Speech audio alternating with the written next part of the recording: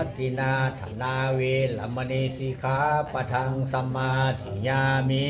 กาเมสุมิสาจาลาเวรมณีสิกขาปะทังสัมมาทิฏฐามิอาเมสุลิสาจาลเวรมณีสิกขาปะทังสัมมาทิยามิมุสาวาทาเวรมณีสิกขาปะทังสัมมาทิฏฐามิมุสาวาทาเวรมณีสิกขาปะทังสัมมาทิยามิสุลาเมรยมัสสปมาทัฏฐานาเวรมณีสิกขาปะทังสัมมาทิฏฐามิสุลาเมลัยมัสสมัตปมาทัฏฐานาเวรมณีสิกขาปะทังสัมมาทิยามิสาธุอิมานิปัญจสิกขาปทานิสีเลนะสุขติยันติสีเลนะโภคะสัมปทาสีเลนะนิพพุติยันติตัสสมาสีลังนิโสทัจเยสาธุสาธุสาธุปิดเลยเด้อ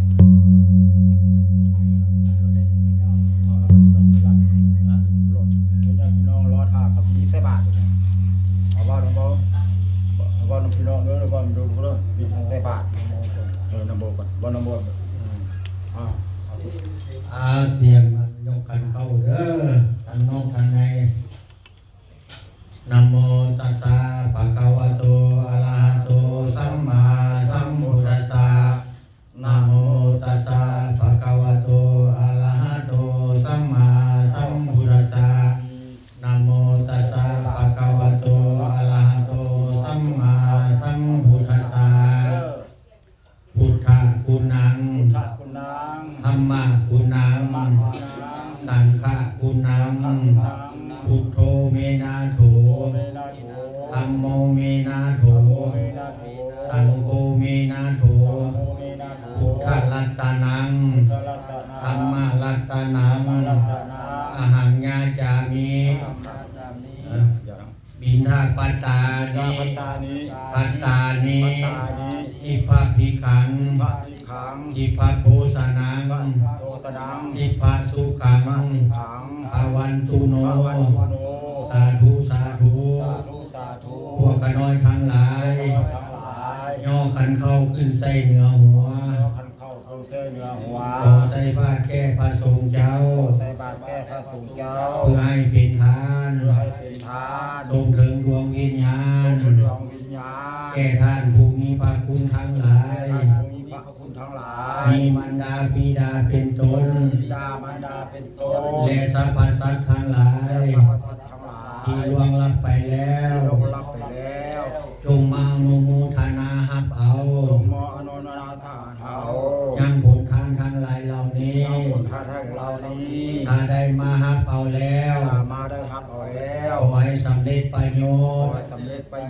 ตามที่ตนปรารถนาทุกประการสุทธินังวัตเมธานัง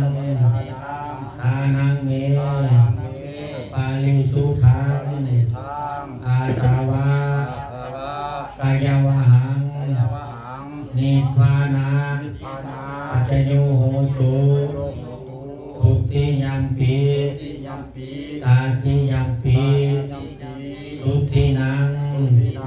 วัตเมธานังทานังเมปาลิสุทังอาสาวะกายวหังนิพพานาปัจจโยโหตุอนาคเตกาเลอิมานิอิดาปัตตานิปัตตานิสัพพลิวลานิภิกขุสังคัสสะโอโนสยามะสาธุโนพันเตภิกขุสังโฆอิมานิบิณฑปัตตานิปัตตานิ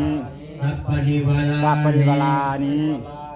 ปฏิคันหาตุอัมหากังทิคาลตังทิทายะทุกขายะ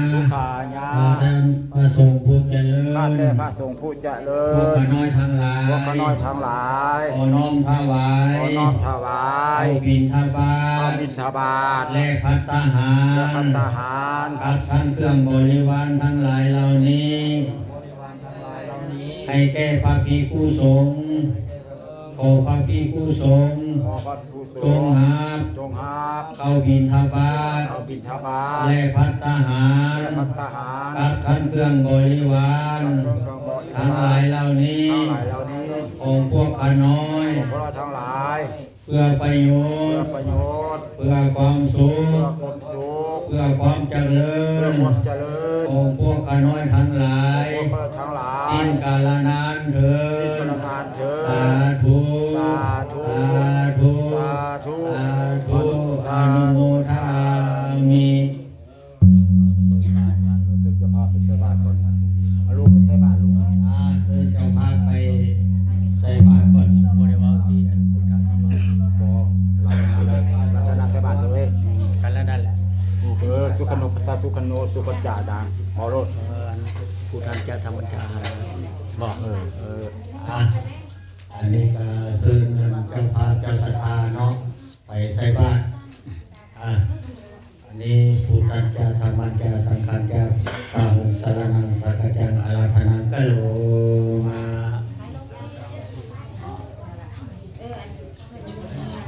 ไปลูกเอาเข้าไปใส่บาตรลูกไปใส่บาตร นะโมตัสสะภะคะวะโตอะระหะโตสัมมาสัมพุทธัสสะนะโมตัสสะภะคะวะโตอะระหะโต จะพาไปใส่กับลูกจะพาไปใส่ สัมพุทธัสสะนะโมตัสสะภะคะวะโตอะระหะโตสัมม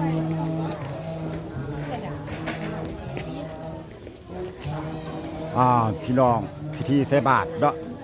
เริ่มพี่น้องญาติพี่น้องลูกหลานก็ร้องใส่บาตรเด้อพี่น้องเนาะ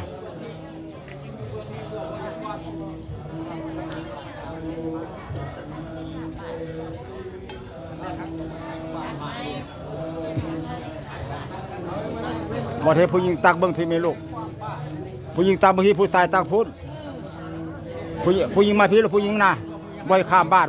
ครูบาอาจารย์ผู้ชายมาเบิ่งนี้บ่อยข้ามบาทครูบาอาจารย์ลูกเด้อเป็นบาทเป็นกรรมนี่ลูกเด้อเอาเงินได้ใส่ทงยางเด้อเข้าแล้วเป็นใส่ในบาทเด้อลูกพี่น้องเงินเขาต้มใส่ในบาทพี่น้อง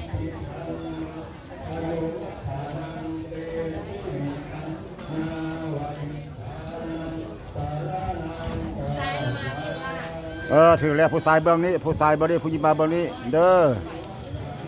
มวยมันข้ามบ้านลูกคือมาเดินเบื้องข้ามบ้านเลยเจอไอ้โลดอยู่ใส่คือการฮีของประเพณีของเฮาเนาะแต่ดึกบัตรแต่พ่อแต่แม่เฮาเนาะที่12พอ14ฮีของเกี่ยงเฮาบ่ปลาบ่ทิพย์เด้อพี่น้องเด้อพี่น้อง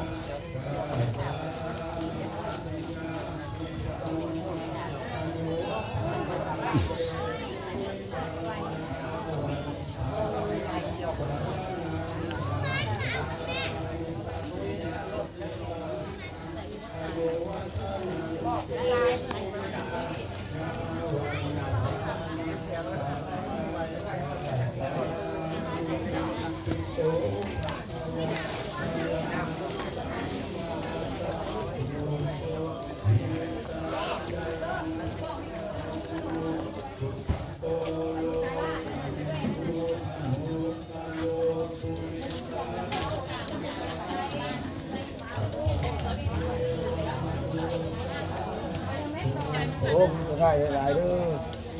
ใส่หมดเลย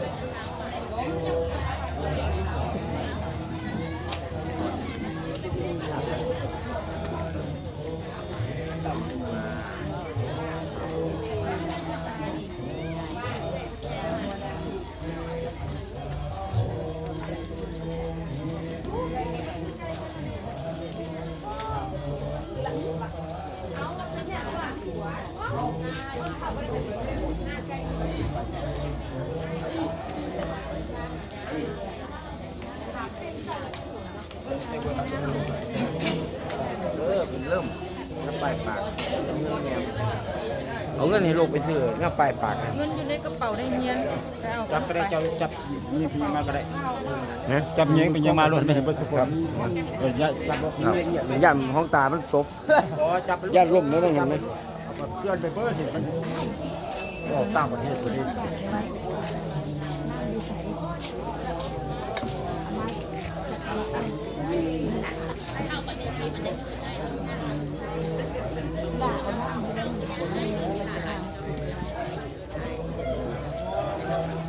ใช่เบอร์สันพี่น้องของเขาเลย นี่บอลทางนั้นเลย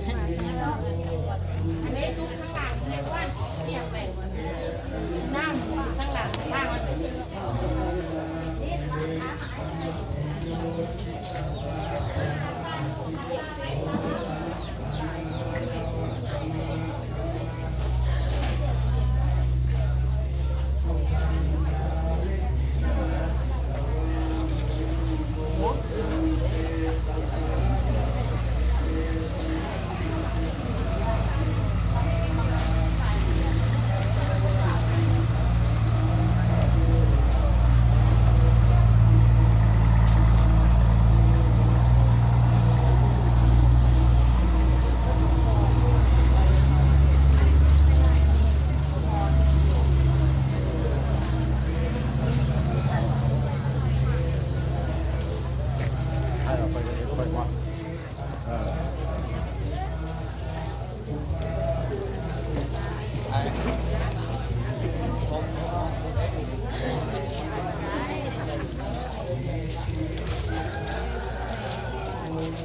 ครับมื้อนี้สิบอก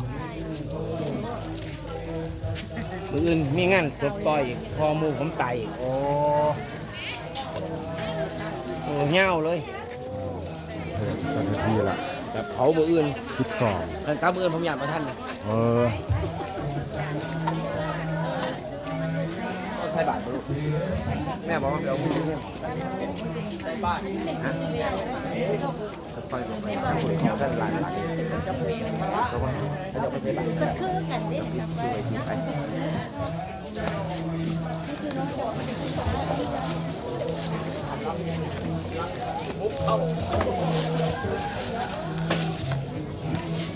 รู้สึกว่าสูงสุดท้ายที่ไรก็โมเดลเพราะว่าโมเดลเหลืองเต็มที่มันการนับไส้เลยดีเหมือนเอาอยู่